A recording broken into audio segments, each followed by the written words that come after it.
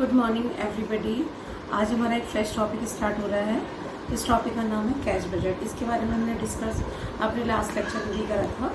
तो जिस तरीके से हम लोगों ने फिक्स बजट, फ्लेक्सिबल बजट के बारे में मैंने आपसे डिस्कस करा, उसी तरीके से मैं आज आपको बताने जा रही हूँ कैश बजट। कैश बजट क्या होता है, इसके बारे में सारी की सारी थ्योरी और नोट्स तो मैं PDF के फॉर्म में आपको पहले ही प्रोवाइड कर चुकी हूँ। ठीक है, अब मैं इस टॉपिक को एक्सप्लेन कर रही हूँ और इससे रिलेटेड जितने भी आपका न्यूमेरिकल पॉइंट्स है उसे एक्सप्लेन कर रही हूँ। तो firstly cash budget. What is the meaning of cash budget? Cash budget एक ऐसा स्टेटमेंट है जिसको हम एक फिक्स टाइम पीरियड में cash receiving end cash payment की फोरकास्टिंग करते हैं। Cash receiving end cash payment की क्या करते हैं? फोरकास्टिंग करते हैं, जिससे हम अपने ऑर्गेनाइजेशन की कैश डेफिशिएंसी एंड सरप्लस को कैलकुलेट कर सकें। देखो, फिर दोबारा मैं रिपीट कर रही हूँ आपका कि कैश बजट क्या है। कैश बजट एक ऐसा स्टेटमेंट है जो एक फिक्स टाइम पीरियड में cash receiving end cash payment की फोरकास्टिंग करता है, जिससे ऑर्गेनाइजेशन में कैश की डेफिशिएंसी एंड कैश के सरप्लस की हम लोग कैलकुलेशन कर सकें। फॉर एग्जाम्पल, जैसे मैं आपसे एक बात कहती हूँ, जब हम कोई टर्नओवर करते हैं, टर्नओवर का मतलब क्या है कि हम लोग परचेस कर रहे हैं, सेल कर रहे हैं, परचेस कर रहे हैं, सेल कर रहे हैं। ठीक है, टर्नओवर का मतलब यही है। तो जो हमारी परचेज और सेल है वो कैश फॉर्म में भी होती है और क्रेडिट फॉर्म में भी होती है। अब मान लीजिए हमने कैश में परचेस भी करी है और क्रेडिट में भी परचेस करी है, और सेल भी कैश में भी करी है और हमने क्रेडिट में भी करी है। तो हमने एक फोरकास्टिंग करी कमिंग 3 मंथ्स की, कि कमिंग 3 मंथ्स में या कमिंग 4 मंथ्स में या कमिंग 6 मंथ में हमारे पास कितना कैश रिसीव होगा। ठीक है, और कितना हमें पेमेंट करना है, कितना कैश रिसीव्ड होगा और कितना हमें पेमेंट करना है। अब कैश रिसीव कहाँ से होगा? एक तो सेल से तो हो गई, जो हमने कैश सेल करी होगी या क्रेडिट सेल करी होगी, और एक पेमेंट भी होगा। पेमेंट किस चीज़ का? हमने कैश में परचेस करी हो या कैश में पेमेंट करी हो। उसके अलावा भी ऑर्गेनाइजेशन में बहुत सारे कलेक्शन के सोर्सेज होते हैं और बहुत सारे पेमेंट के सोर्सेज होते हैं। तो हमने एक फोरकास्टिंग करी कि आने वाले 3 मंथ में हमें कितना कलेक्शन हो सकता है और हमें कितना पेमेंट करना है। ठीक है, और कलेक्शन और पेमेंट, कलेक्शन में से पेमेंट को माइनस करा तो जो भी डिफरेंस आया वो डिफरेंस पॉजिटिव फॉर्म में भी हो सकता है और निगेटिव फॉर्म में भी हो सकता है। पॉजिटिव फॉर्म में है जिसका मतलब क्या है कि वो सरप्लस है, और निगेटिव फॉर्म में है तो डेफिशिएंसी है। अब हमें मान लीजिए अगर सरप्लस है तो क्या है कि इसका मतलब हमें कैश की रिक्वायरमेंट नहीं है, और वही चीज़ अगर डेफिशिएंसी में आ जाती है, यानी हम देख रहे हैं कि हमारे पास कैश का कलेक्शन कम आ रहा है और पेमेंट हमें बहुत ज़्यादा करना है आने वाले फिक्स टाइम पीरियड में, तो अब डेफिशिएंसी आ रही, तो उसका अरेंजमेंट हमें फिर अभी से ही प्लान करके रखना पड़ेगा। तो कैश बजट क्या है? कैश बजट एक ऐसा स्टेटमेंट है जिसमें हम एक फिक्स टाइम पीरियड के लिए कैश रिसीविंग और cash payment, cash receiving any source, cash payment any source, जहाँ पर भी हमें पेमेंट्स करने हैं, सही है। तो उसकी क्या कर रहे हैं? हम फोरकास्टिंग कर रहे हैं, यानी प्री प्लानिंग कर रहे हैं कि कितना कैश आ रहा है और कितना कैश का हमें पेमेंट करना है। और उसके बिहाफ पर हम लोग जो ऑर्गेनाइजेशन में कैश की कमी आ रही है, कैश की डेफिशिएंसी हो रही है, या कैश एक्सेस हो रहा है या सरप्लस हो रहा है, उसको आइडेंटिफाई करना। अगर कमी आ रही है तो उसके लिए कैश का अरेंजमेंट करना, क्योंकि आने वाले टाइम में हमें जब इतने सारे पेमेंट्स करने, और हम देख रहे हैं हमें पेमेंट करना है 1 लाख का, और हमने आज फोरकास्टिंग करी 90,000 की। ठीक है, तो 30,000 की कमी आ रही, आने वाले टाइम में हम 30,000 का पेमेंट कैसे कर पाएंगे? ओके, तो उसके लिए प्लानिंग हमें आज से ही करनी पड़ेगी। तो कैश बजट हमारा ऐसा ही एक स्टेटमेंट है जो फोरकास्टिंग करता है आने वाले फिक्स टाइम पीरियड के लिए। किसकी? कैश की। ठीक है, अगर कैश की कोई भी डेफिशिएंसी हो रही है। तो इस कैश बजट को जो है हम एक फॉर्मेट में एक्सप्लेन करने जा रहे हैं। उस फॉर्मेट के बिहाफ पर हम लोग किस तरीके से कैश बजट प्रिपेयर करेंगे वो मैं आपका एक्सप्लेन करना चाहती हूँ। यस, तो ये है कैश बजट का हमारा फॉर्मेट। तो मैंने ऊपर क्या लिख रखा है? Cash budget for the periods of 3 month ending 31 मार्च। अब यहाँ पर जो हम कैश बजट तैयार कर रहे हैं वो 3 मंथ का है, जिसकी एंडिंग कब हुई? 31 मार्च। तो ये 31 मार्च भी हो सकती है। मान लो हम आने वाले टाइम का बना रहे हैं, जनवरी फरवरी मार्च का, आने वाले 3 मंथ्स का बना रहे हैं, जिसमें जनवरी फरवरी मार्च है। ऐसा भी हो सकता है अप्रैल मई जून भी हो सकता है, ऐसा होता है जुलाई का सितंबर भी हो सकता है, ऐसा भी हो सकता है अक्टूबर नवंबर दिसंबर भी। तो कोई भी 3 मंथ भी हो सकते हैं, 4 मंथ भी हो सकते हैं, और 6 मंथ भी हो सकते हैं। ओके, तो यहाँ पे जो मैंने फॉर्मेट में लिए है वो जनवरी फरवरी मार्च लिया, क्योंकि हमारा जो ईयर स्टार्ट होता है वो जनवरी फरवरी मार्च से स्टार्ट होता है। तो देखिए सबसे पहले पर्टिकुलर जनवरी फरवरी मार्च। सबसे पहले ओपनिंग कैश बैलेंस, तो हम फोरकास्टिंग करेंगे कि हमारे पास कितना कैश बैलेंस था। ठीक है, तो वो कैश बैलेंस हमने जनवरी में लिख देगी, फोरकास्टिंग करें कितना कैश बैलेंस हमारे पास होगा जनवरी में। उसके बाद रिसीव, उसके बाद पेमेंट। हमने यहाँ पे दो पार्ट डिवाइड करे, एक रिसीव वाला एक पेमेंट वाला, कि कितना कैश हमें कलेक्ट होगा जनवरी में और कितना हमें जनवरी के महीने में पेमेंट्स करना है। ये लाइव नहीं चल रहा है, लाइव नहीं चल रहा है। ये जो हम स्टेटमेंट बना रहे हैं लाइव में नहीं, ये हम क्या कर रहे हैं फोरकास्टिंग के फॉर्म में बना रहे हैं आने वाले 3 महीने के लिए, कि हमारे पास कितना कलेक्शन होगा और कितना पेमेंट होगा, कितनी हमारे पास कैश की डेफिशिएंसी होगी या कितना कैश हमारे पास सरप्लस होगा। तो मैंने 2 कॉलम आपके यहाँ पे ड्रॉ करे हैं, एक रिसीव और एक पेमेंट। रिसीव में सबसे पहले आती है कैश सेल, तो मैंने यहाँ जनवरी में कैश सेल करी। अभी आप फरवरी और मार्च को बिल्कुल भूल जाइए, मैं अभी फरवरी मार्च एक्सप्लेन नहीं कर रही हूँ, मैं ओनली अभी जनवरी एक्सप्लेन कर रही हूँ। तो हमारे पास जितनी भी कैश सेल होगी, मैंने कैश सेल यहाँ पे लिखी। कलेक्शन फ्रॉम डेटर्स, हम लोग क्रेडिट सेल भी अगर कर रहे हैं, क्रेडिट सेल भी अगर हम लोग कर रहे हैं तो उसका भी तो कलेक्शन होगा। मान लीजिए हमने दिसंबर में कोई क्रेडिट सेल करी थी या नवंबर में कोई क्रेडिट सेल करी थी, तो उसका पेमेंट हो सकता है जनवरी में हो रहा हो, तो collection from debtors. Call money on shares, जैसे हमारी कंपनी ने शेयर्स इशू करे होंगे तो उसकी कोई कॉल मनी आनी होगी, ठीक है, तो वो पैसा भी हमारे पास रिसीव होगा। हमें पता होता है ना कि हमें इस महीने में यहाँ से पेमेंट आना है, इस महीने में यहाँ से पेमेंट आना है, तो मैंने सारे सोर्सेज लिख दिए। इनमें से कोई से भी सोर्सेज हो सकते हैं, ज़रूरी नहीं है कि सारे के सारे सोर्सेज क्वेश्चन में गिवन। ओके, लोन रिसीव, अगर हम लोन भी रिसीव कर रहे हैं तो हमारे पास कैश क्या हो रहा है, इन हो रहा है। ये मैंने आपको कैश फ्लो स्टेटमेंट में पढ़ाया था कि कहाँ कहाँ से हमारे पास फंड फ्लो बढ़ रहा था, कहाँ कहाँ से हमारे पास कैश फ्लो। तो लोन रिसीव करा तभी तो हमारे पास कैश आ रहा है। और अगर हम कहीं से कोई लोन लेते हैं तो वो भी तो हम अपने बिजनेस के कि कैश के यूजर्स के लिए लेते हैं, कहीं ना कहीं हम उस पैसे को भी क्या करते हैं, यूटिलाइज करते हैं। सेल ऑफ कैपिटल एसेट्स, अगर हमारे पास कोई भी कैपिटल एसेट्स है, लैंड है, बिल्डिंग है, प्लांट है, मशीनरी है, फर्नीचर है, फिक्चर्स है, उनको अगर हमने सेल करा तभी हमारे पास कैश आया है। तो एनी सोर्सेज से, किसी भी सोर्सेज से हमारे पास कैश आ रहा है, चाहे वो कैश सेल हो, कैश रिसीव फ्रॉम डेटर्स हो, कोई लोन हो, कोई डिविडेंड रिसीव्ड हो, कोई कॉल मनी हो, एनी, तो ये सब हमारे क्या है, कैश हमारा रिसीव है। ओके, मैंने इसे क्लोज कर दिया। अब ये पेमेंट्स, पेमेंट क्या क्या हो सकती है हमारे फोरकास्टिंग में, कैश परचेज हो सकती है, पेमेंट टू क्रेडिटर्स हो सकता है, वेजेस एंड सैलरीज हो सकती है, इंटरेस्ट पेबल हो सकता है, कैपिटल एक्सपेंडिचर, कैपिटल एक्सपेंडिचर में कोई प्लांट मशीनरी परचेज करनी। ओके, लोन रिपेड हो सकता है, लोन को भी रिपेड कर सकते हैं। लोन रिपेड का मतलब है लाइबिलिटीज पेड भी हो सकता है, लोन रिपेड को उल्लेख करके मैं लाइबिलिटीज पेड भी कर सकती हूँ, और भी यानी कोई लाइबिलिटीज है, ठीक है। टैक्सेस भी हो सकते हैं, टैक्सेस भी हो सकते हैं, डिविडेंड पेड भी हो सकता है। ओके, ये सारे पेमेंट्स आ गए। अब मैंने पेमेंट का टोटल करा, ये मैंने किसका टोटल करा था, ये मैंने टोटल करा था आपका, ये टोटल मैंने करा कैश का, ये हमारा टोटल आ गया कैश का, और ये हमारा टोटल आ गया पेमेंट। ओके, तो मैंने क्या करा, इस जनवरी के कैश रिसीविंग के टोटल से कैश पेमेंट का टोटल माइनस कर दिया, तो ये हमारा जो निकल के आता है इसे बोलते हैं क्लोजिंग बैलेंस। क्लोजिंग बैलेंस किसका, कैश का, कैश का क्लोजिंग बैलेंस आ गया। इस बैलेंस को फिर हम नेक्स्ट मंथ लेके जाते हैं। नेक्स्ट मंथ ये यहाँ पर देखो, मैं ये इसको राउंड कर रही हूँ, यहाँ लेके जाते हैं।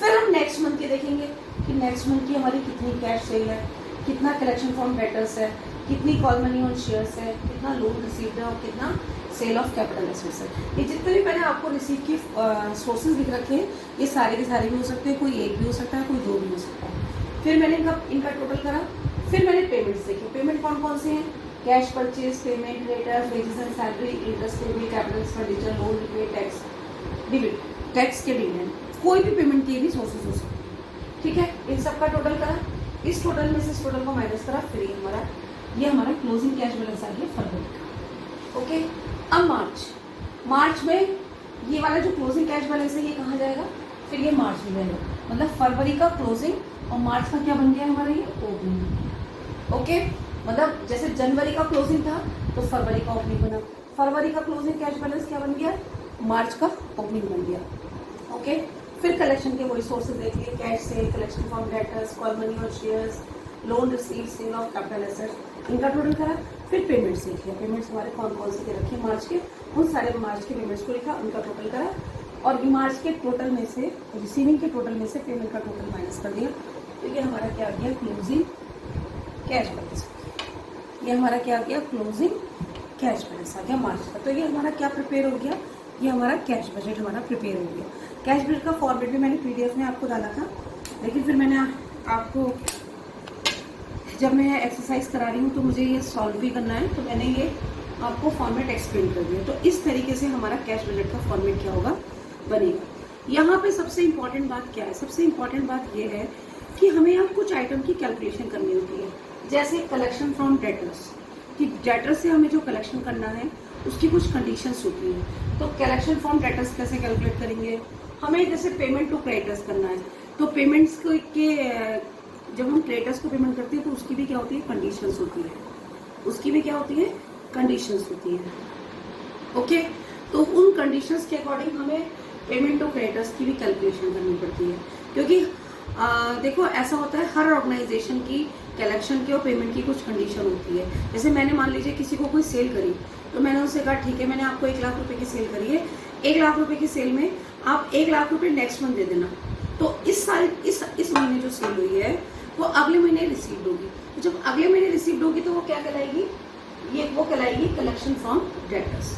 या मैंने ये कंडीशन रखी कि मुझे इस महीने में सेल हो रही है 1 लाख की, तो मैंने कहा कि 50% तो आप इसी महीने दे देना, 50% नेक्स्ट मंथ दे देना, ठीक है।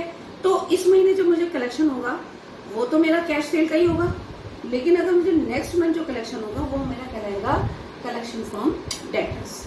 इसी तरीके से सेम या पेमेंट का मामला है कि मान लीजिए मैंने किसी से क्रेडिट में परचेस करी है, तो उसने भी मुझे पेमेंट के लिए कोई कंडीशन तय करी होगी कि आप 1 महीने के बाद पेमेंट कर सकते हैं, आप 2 महीने के बाद पेमेंट कर सकते हैं। तो अगर मैं 1 महीने के बाद पेमेंट करूंगी तो जनवरी में अगर मैंने कोई परचेस करी है तो उसका पेमेंट मैं कब करूंगी, फरवरी में करूंगी। तो फरवरी में तो मैं दिखाऊंगी पेमेंट टू क्रेडिटर्स, हो सकता है उसने मुझे 2 महीने का टाइम पीरियड दिया हो। तो अगर मैंने जनवरी में कोई परचेस करी है तो उसका पेमेंट मैं कब करूंगी, मार्च में। तो मैं पेमेंट टू क्रेडिटर्स कब दिखाऊंगी, मार्च में। तो ये बहुत सारी कंडीशंस होती है, इन्हें समझना जरूरी है। अगर ये समझ में आ गया तो समझ लो कैश बजट प्रिपेयर करना आ गया। ओके, क्लियर है। अब मैं आपको एक्सरसाइज करा रही हूँ। ओके, तो ये तो था हमारा फॉर्मेट। देखिए इलस्ट्रेशन नंबर 7 क्या कह रहा है, prepare a cash budget of Gupta and company for April, May and June 2015। ये कह रहा है कि आपको कैश बजट प्रिपेयर करना है गुप्ता एंड कंपनी का, कौन कौन से मंथ का, अप्रैल, मई एंड जून। ओके, अब हमारे पास जो इन्फॉर्मेशन दे रखी है, देखो मंथ दे रखी है जनवरी, फरवरी, मार्च, और इससे आगे भी है, अभी इससे आगे ये है, ठीक है। इससे आगे हमारे मई और जून दे रखा है, ठीक है। अब देखो इसके बाद हमें क्या दे रखे हैं, अब हमें दे क्या रखा है, हमें दे रखा है सेल, परचेज, वेजेस और एक्सपेंसेस। सेल हमें दे रखी है जनवरी की, फरवरी की, मार्च की, अप्रैल की, और ऐसे ही आगे मई और जून की भी दे रखी है। परचेज हमें दे रखी है जनवरी की, फरवरी की, मार्च की, अप्रैल की, इसी तरीके से मई और जून की भी दे रखी है आगे। वेजेस भी हमको जनवरी, फरवरी, मार्च, अप्रैल, मई, जून। इसी तरीके से एक्सपेंसेस हैं आपके 5000, 6000, 6000, 7000 जनवरी, फरवरी, मार्च, अप्रैल और मई और जून तक के। अब यहाँ एडिशनल इन्फॉर्मेशन दे रखी है, देखो एडिशनल इन्फॉर्मेशन क्या कह रहा है, 10% of purchase and 20% of sale for cash. यानी यहाँ पे जो सेल और परचेज दे रखी है इसके बारे में कह रहा है कि 10% तो हमारी क्या होती है, कैश परचेज होती है, और 20% क्या होती है, हमारी कैश सेल होती है। यानी इसका मतलब क्या हुआ कि जिस महीने जनवरी की, अगर जनवरी में हमने कोई परचेस करी तो उसका 10% कैश परचेज है और बाकी 90% क्या है, क्रेडिट परचेज है। इसी तरीके से अगर हमने जनवरी में सेल करी है 20,000, वो जो भी सेल करी है, तो जनवरी में 20% कैश सेल होगी और बाकी क्या होगी, क्रेडिट सेल होगी। आगे अब क्या लिख रखा है पेमेंट के बारे में कंडीशन, ये सबसे इंपॉर्टेंट चीज़ है। The average collection period of the company is 1/2 month and credit purchase are paid off regularly after 1 month. अब आपसे क्या कह रहा है कि जो कलेक्शन होना है क्रेडिट सेल का, एवरेज कलेक्शन पीरियड उसको तो बोलते हैं, जो कलेक्शन होना है हमारा, जो हमने क्रेडिट में सेल करी है, वो कंपनी 1/2 मंथ के अकॉर्डिंग करती है। 1/2 मंथ का मतलब अभी मैंने समझाया, अगर जनवरी में सेल करी है तो जनवरी की आधा कलेक्शन तो जनवरी में हो जाएगा और आधा कलेक्शन कब होगा, फरवरी में होगा। पेमेंट के बारे में देखो क्या कह रहा है, and the credit purchase are paid off regularly after 1 month. Credit purchase के बारे में क्या कह रहा है कि जैसे 90% क्रेडिट परचेज थी तो उसका पेमेंट रेगुलरली आफ्टर 1 मंथ होगा। आफ्टर 1 मंथ का मतलब जनवरी में अगर हमने कोई परचेज करी है तो उसका पेमेंट कब होगा, फरवरी में होगा। फरवरी में कोई करिए तो उसका पेमेंट कब होगा, मार्च में होगा। मार्च में कोई करिए तो अप्रैल में होगा। ये तो सेकेंड पॉइंट हो गया। Wages are paid half monthly and rent of 500 including expenses paid monthly. वो कह रहा है कि वेजेस का पेमेंट कैसा होगा, हाफ मंथली। हाफ मंथली का मतलब आधा जनवरी की, अगर जनवरी की वेजेस है तो आधा पेमेंट तो जनवरी में हो जाएगा वेजेस का, और आधा पेमेंट कब होगा, फरवरी में होगा। ओके, आगे क्या कह रहा है, rent 500 including expenses paid monthly. ये हमारे एक्सपेंसेस दे रखे थे, ये एक्सपेंसेस दे रखे थे 5000, 6000, 6000, 7000। जनवरी के एक्सपेंसेस 5000 है, फरवरी के 6000 है, मार्च के 6000 हैं, अप्रैल के 7000 हैं। ये एक्सपेंसेस दे रखे थे। इन एक्सपेंसेस के अंदर हर महीने 500 रुपये किस चीज़ के इंक्लूड है, रेंट के इंक्लूड है। ओके, तो 500 रुपीज़ का रेंट इंक्लूड है। आगे क्या कह रहा है, cash balance on April 1 May, April 1 may be taken at 15,000, यानी 1 अप्रैल को जो ओपनिंग कैश बैलेंस था वो हमारा कितना था, 15,000 रुपीज़ का था। तो वो कह रहा है कि प्रिपेयर ए कैश बजट। तो मैं अब कैश बजट आपका प्रिपेयर करने जा रही हूँ। देखिए ये है क्वेश्चन नंबर 7, कैश बजट। सबसे पहले जब हम कैश बजट बनाएंगे तो ये हमें 3 मंथ्स का बनाना है, अप्रैल, मई और जून का। ठीक है, अब अप्रैल, मई, जून का बनाना है तो पहले हमें अप्रैल का कंप्लीट करना होगा पूरा, अप्रैल की रिसीविंग कितनी है और अप्रैल का पेमेंट कितना है। फिर हमें मई का करना होगा, फिर हमें जून का करना होगा। तो 1 बाई 1 हम लोग क्या बनाते हैं, कैश बजट को प्रिपेयर करते हैं। सबसे पहले इसने कहा था कि हमें अप्रैल, मई, जून का कैश बजट बनाना है, तो मैंने यहाँ पे कैश बजट में अप्रैल लिया, मई लिया और जून लिया। 1 अप्रैल को इसने ओपनिंग कैश बैलेंस दे रखा था 15,000। ओके, तो मैंने यहाँ पे ओपनिंग कैश बैलेंस लिखा 1 अप्रैल को 15,000। उसके बाद इसने ये बोला था कि ये हमारी रिसीविंग साइड है और ये हमारी पेमेंट साइड है। तो रिसीविंग साइड में हमें ये देखना है कि हमारे पास कौन कौन से सोर्सेज है रिसीविंग के।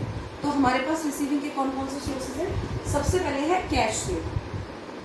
तो इन्होंने बोला था कि कैश सेल कितनी है, 20% कैश सेल है। तो अब हम ये कौन से मंथ का बना रहे हैं, अप्रैल का बना रहे हैं, मई का बना रहे हैं, जून का बना रहे हैं। तो अप्रैल के महीने में सेल देखो कितनी थी, 90,000, क्वेश्चन में दे रखी है। तो 90,000 पर 20% कितना हो गया, 18,000। ये अप्रैल की कैश सेल आ गई। मई की सेल दे रखी थी हमको, मई की सेल दे रखी थी हमको 85,000। तो इसका 20% क्या होगा, कैश सेल। तो 85,000 का 20% हो गया 70,000। ये हमारी आ गई मई की सेल। ओके, उसके बाद जून की सेल हमें दे रखी थी 80,000। तो 80,000 का 20% कितना हुआ, 16,000। ये हमारी जून की कैश सेल आ गई। ये जो है मैंने अभी पहले ये वाला पॉइंट एक्सप्लेन करा, मैं रेड से मार्कर कर रही हूँ, उसको देखते रहना कौन कौन से पॉइंट एक्सप्लेन कर रही हूँ। ये मैंने कैश सेल निकाल दी, मई, अप्रैल की, मई की और जून की। जो सेल हमें दे रखी थी जिस महीने की, उसका 20% निकाल दिया। अब हमें निकालना है कलेक्शन फ्रॉम डेटर्स, कि डेटर से कितना कलेक्शन हुआ। तो डेटर्स के कलेक्शन के बारे में इसने एक बात साफ साफ बोल रखी है, ध्यान से मेरी बात को सुनना। जो कंडीशन लिखी है, the average collection period of the company is 1/2 month. ये कह रहा है कि जो हमारा एवरेज कलेक्शन पीरियड है, यानी डेटर से जो हमें कलेक्शन करना है वो 1/2 मंथ के हिसाब से करना है। ये 1/2 मंथ क्या होता है, 1/2 मंथ का मतलब है, अगर मान लीजिए हमने कोई जनवरी में सेल करी, क्रेडिट सेल, तो उसका आधा जो कलेक्शन है वो जनवरी में ही होगा और आधा कलेक्शन कब होगा, फरवरी में होगा। ये है कंडीशन। फिर दोबारा मेरी बात सुन लीजिए, अगर जनवरी में मैंने क्रेडिट सेल करी है तो 1/2 मंथ का मतलब क्या होता है कि आधा कलेक्शन तो मुझे जनवरी में ही मिल जाएगा उस क्रेडिट सेल का, और आधा पेमेंट मुझे कब होगा, कलेक्शन कब होगा, फरवरी में होगा। अब हम यहाँ जो कैश बजट बना रहे हैं वो बना रहे हैं अप्रैल का, मई का और जून का। ध्यान से देखना, मैं किस किस का कैश बजट बना रही हूँ, अप्रैल, मई, जून। तो अप्रैल की में मुझे कौन सी सेल देखनी पड़ेगी, अगर अप्रैल का मुझे कलेक्शन फ्रॉम डेटर्स निकालना है तो अप्रैल के कलेक्शन फ्रॉम डेटर्स के लिए मुझे मार्च से स्टार्ट करना पड़ेगा कि मार्च में जो सेल करी होगी तो उस मार्च का 50% तो मुझे मार्च में मिल जाएगा और 50% मुझे कब मिलेगा, अप्रैल में मिलेगा। तो इसकी कैलकुलेशन देखिए मैंने यहाँ कर रखी है, बहुत ध्यान से देखिएगा।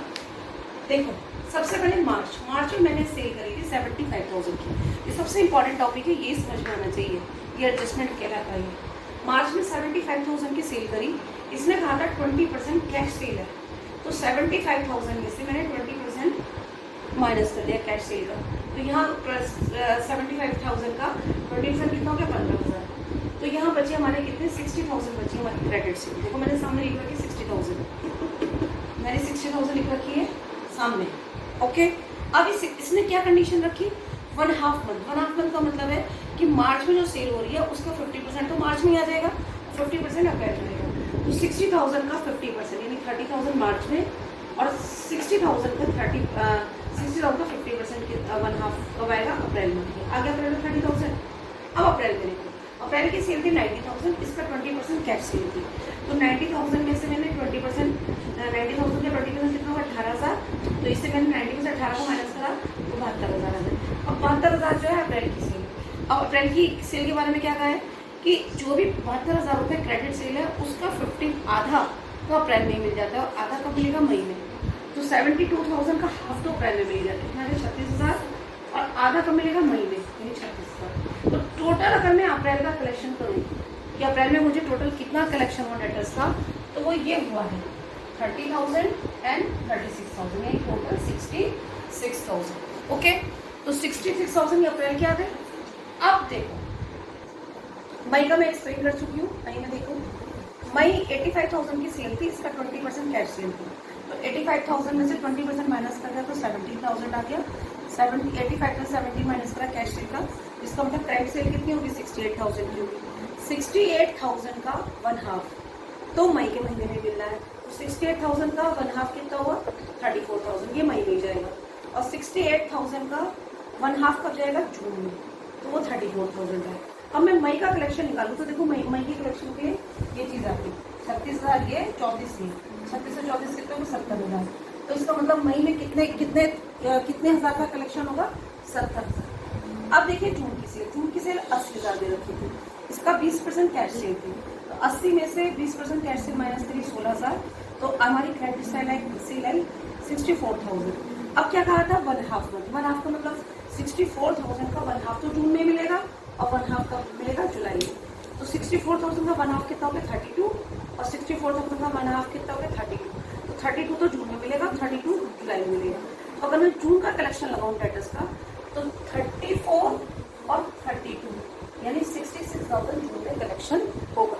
ओके, तो इसका मतलब कलेक्शन फ्रॉम डेटर्स अप्रैल का 66,000 आ गया, मई का आ गया 70,000, और जून का आ गया 66,000। तो देखो मैंने यहाँ पे अप्रैल के 66 लिख दिए, मई के 70 लिख दिए, और जून के 66 लिख दिए। ओके, तभी मैंने देखो रेड मार्क से कर दी। ये मेरा क्या निकल गया है, कलेक्शन फ्रॉम डेटर्स। अब मैं भी अप्रैल में ही चल रही हूँ, अभी मई जून में नहीं पहुंची। मई जून का तो मैंने डाटा फिलअप करा, अप्रैल का टोटल करा, रिसीव का 99,000 का। अब पेमेंट देखो, कलेक्शन में इसके अलावा कुछ नहीं है, जो मैं कैश रिसीव हो रहा, कैश सेल और कलेक्शन फ्रॉम डाटा के अलावा डेटर्स के अलावा कुछ नहीं है, यहाँ पे कोई भी कैश नहीं है रिसीविंग में। अब पेमेंट में सबसे पहले है कैश परचेज। सबसे पहले क्या है, कैश परचेज। तो कैश परचेज के बारे में क्या कह रहा है, 10% जो है वो हमारी कैश परचेज थी। तो यहाँ पर परचेज दे रखी है, देखो हमें अप्रैल में जून का चाहिए, तो अप्रैल की परचेज दे रखी है हमें 50,000। तो 50,000 का 10% कैश परचेज थी, तो 5,000 आ गई। मई के महीने की परचेज दे रखी है 45,000, इसका 10% 4,500 ही आ गया। ये अप्रैल की परचेज की कैश परचेज आ गई, ये मई की आ गई, और जून में दे रखी थी हमें कितनी, 35,000, तो इसकी कैश परचेज आ गई 35,000। अब क्या है, पेमेंट फॉर क्रेडिट परचेज। हमें अब पेमेंट भी तो करना है क्रेडिट परचेज का, यानी क्रेडिटर्स को पेमेंट करना है। तो इसके लिए इसने क्या कंडीशन रख रखी थी, इसके लिए कंडीशन रख रखी थी कि जितनी भी क्रेडिट परचेज होती है उसे हम 1 महीने के बाद पेमेंट करेंगे। यानी कहने का मतलब ये है कि जनवरी में अगर कोई क्रेडिट परचेज हुई है तो उसका पेमेंट फरवरी में होगा, फरवरी में कोई क्रेडिट परचेज हुई है तो उसका पेमेंट कब होगा, मार्च में होगा, मार्च में कोई क्रेडिट परचेज हुई है तो उसका पेमेंट कब होगा, अप्रैल में होगा। ओके, तो यहाँ पर हमें जो अपना कैश बजट बनाना है वो कौन कौन से महीने को बनाना है, अप्रैल मई जून। तो इसका मतलब हमें परचेज कहाँ से स्टार्ट करनी पड़ेगी, पेमेंट के लिए जो हमें क्रेडिट परचेज का पेमेंट करना है वो हमें स्टार्ट करना पड़ेगा मार्च। तो मार्च का एक्सप्लेन करने जा रही हूँ। देखो मार्च का एक्सप्लेन करने के लिए सबसे पहले देखो मैंने यहाँ लिख रखा है calculation of payment for credit purchase. March की परचेज थी 42,000 की, 10% कैश परचेज थी, तो मैंने 10% कैश परचेज 4,200 माइनस कर दी, तो ये आई 37,800। तो जो मार्च की क्रेडिट परचेज थी उसका पेमेंट कब होना था, अप्रैल में। तो अप्रैल में कितना पेमेंट होगा, 37,800 होगा क्रेडिट परचेज का पेमेंट। अगला देखो अप्रैल में कितनी परचेज थी, 50,000, इसका 10% कैश परचेज थी, तो आया कितना 45,000 माइनस करके। तो अप्रैल का पेमेंट कब होना था, अप्रैल की क्रेडिट परचेज का पेमेंट कब होना था, मई में। उसने कहा ना नेक्स्ट मंथ, तो इसका मतलब 45,000 का पेमेंट कब होना, मई। मैंने मई लिख रखा है। अब मई में देखो, मई में कितनी परचेज थी 45,000, इसका 10% मैंने कैश परचेज कर ली, तो 4500 हो गया। तो माइनस करके कितनी वैल्यू आई 40,500। तो मई में जो क्रेडिट परचेज है उसका पेमेंट कब होना था, उसका पेमेंट था जून में, तो जून में ये परचेज आ गई। तो ये 3 फिगर आई हमारी कि अप्रैल में क्रेडिट परचेज का पेमेंट ये होना है 37,800, मई में क्रेडिट परचेज का पेमेंट होना है 45,000 और जून में क्रेडिट परचेज का पेमेंट होना है 40,500। तो ये तीनों की तीनों जो फिगर है, ये तीनों की तीनों जो फिगर है, ये तीनों की तीनों फिगर जो है ये हमारी अप्रैल मई जून की निकल गई। तो देखो पेमेंट फॉर क्रेडिट परचेज, ये अप्रैल की आ गई, ये मई की आ गई और ये जून की। Okay clear. अब है वेजेस। वेजेस भी हमारा क्या है, एक्सपेंसेस है। वेजेस के बारे में क्या कह रहा है, वेजेस के बारे में भी वही कह रहा है कि wages are paid half monthly. Half monthly का मतलब क्या कि जिस महीने की वेजेस है उसका हाफ तो उसी महीने पेमेंट हो जाता है और हाफ नेक्स्ट मंथ पे जाता है। तो हम यहाँ पे जो कैश बजट बना रहे हैं वो कौन कौन सा महीने का बना रहे हैं, वो हम बना रहे हैं आपका अप्रैल मई और जून का। तो देखो जब अप्रैल मई जून का बना रहे हैं तो इसका मतलब वेजेस का जो पेमेंट है वो मार्च से स्टार्ट होगा। तो मार्च में कितनी वेजेस थी, 22,000 की वेजेस थी। तो 22,000 का हाफ तो मार्च में जाना है। तो 22,000 का हाफ कितना हुआ 11,000। तो 11,000 तो ये जाना है मार्च में, और 22,000 का हाफ कितना हुआ 11,000 ये जाना है अप्रैल में। अब अप्रैल की वेजेस देखो कितनी 24,000 की। 24,000 का हाफ तो अप्रैल में जाना है 12,000 और 24,000 का हाफ जाना है मई में। तो इसका मतलब अप्रैल में टोटल कितनी वेजेस का पेमेंट होगा 11 और 12 यानी 23,000। अब देखो मई में वेजेस कितनी थी 20,000। तो मई में 20,000 की वेजेस थी, इसका हाफ पेमेंट तो मई में होना था। तो मई में कितना पेमेंट हुआ 10,000 का और हाफ 10,000 का पेमेंट हुआ जून में। ठीक है, तो इसका मतलब टोटल मई का पेमेंट कितना होगा 12 और 10 22,000। अब है जून में कितनी वेजेस थी 18,000 की। तो 18,000 का हाफ यानी आधा तो कहाँ जाएगा जून में 9,000 और 18,000 का हाफ जुलाई में जाएगा 9,000। तो जून में टोटल कितनी वेजेस पेमेंट करी हमने 10,000 और 9,000 यानी 19,000। तो अब देखो वेजेस मैंने तीनों महीने की ले ली, कौन कौन सी आ गई, अप्रैल की आ गई 23,000, मई की आ गई 22,000 और जून की आ गई आपकी कितनी, जून की आ गई आपकी 19,000। इतनी बात समझ में आ गया। ओके, अब क्या था रेंट।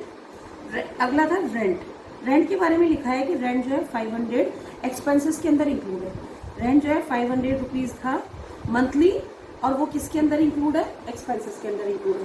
तो एक्सपेंसेस यहाँ पे हमें जनवरी के 5,000, फरवरी के 6,000, मार्च के 6,000, अप्रैल के 7,000, मई के 6,000, जून के कितने 5,000, ये हमें सब एक्सपेंसेस दे रखे थे। अब हमें चाहिए कौन कौन से महीने के एक्सपेंसेस, हमें चाहिए अप्रैल के, मई के, जून के। तो 500 रुपीज़ के हमारे क्या था रेंट था जो एक्सपेंसेस के अंदर इंक्लूड था। तो हमने हर महीने रेंट ले लिया 500 जो हर महीने के एक्सपेंसेस में क्या था इंक्लूड। अब अदर एक्सपेंसेस दे रखे थे अप्रैल के 7,000। इस 7,000 के अंदर 500 रुपये रेंट के इंक्लूड थे। तो एक्सपेंसेस कितना रहेंगे 6,500। मई के देखो, मई के एक्सपेंसेस थे 6,000 के, 500 रुपये रेंट के थे तो कितने एक्सपेंसेस रहेंगे 5,500।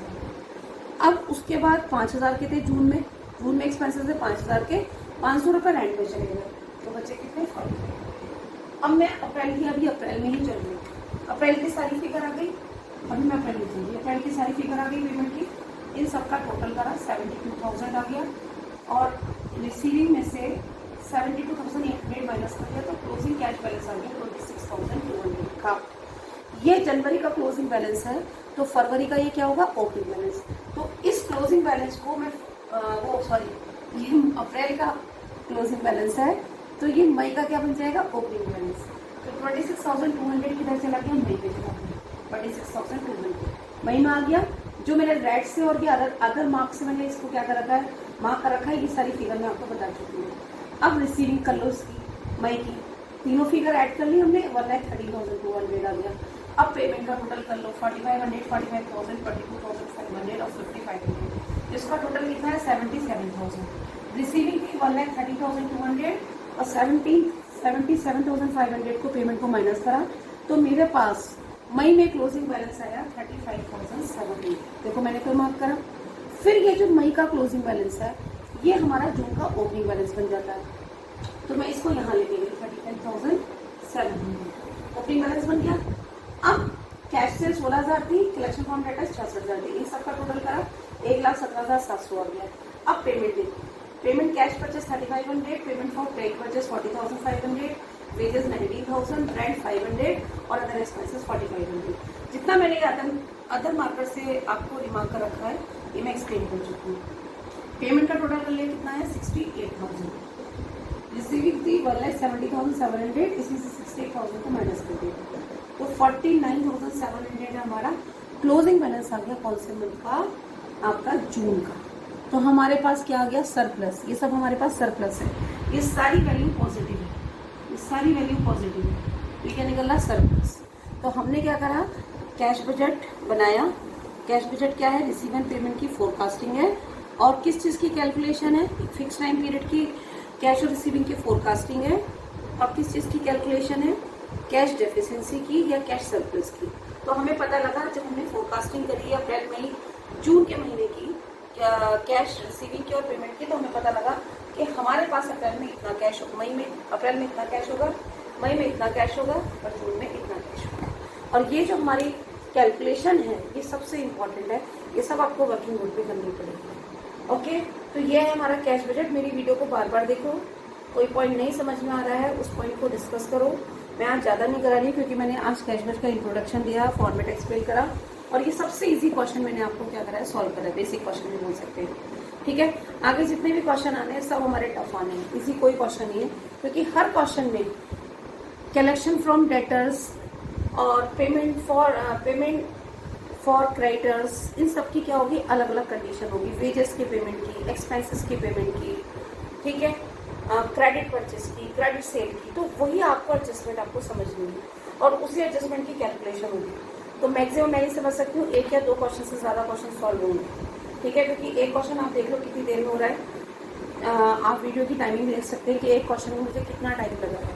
ओके, तो इसको अच्छे से देखिए, करिए। टॉपिक इतना टफ नहीं है, सिर्फ एडजस्टमेंट समझनी है कि कलेक्शन फॉर्म डेटर्स कैसे कैलकुलेट होना है, एक्सपेंसेस का पेमेंट किस कंडीशन से होना है और क्रेडिटर्स का पेमेंट किस कंडीशन से होना है, ठीक है। आप देखिए, समझिए, फिर हम अपने नेक्स्ट लेक्चर में क्या करते हैं इसको और डिस्कस करते हैं, ठीक है। Okay, thank you very much.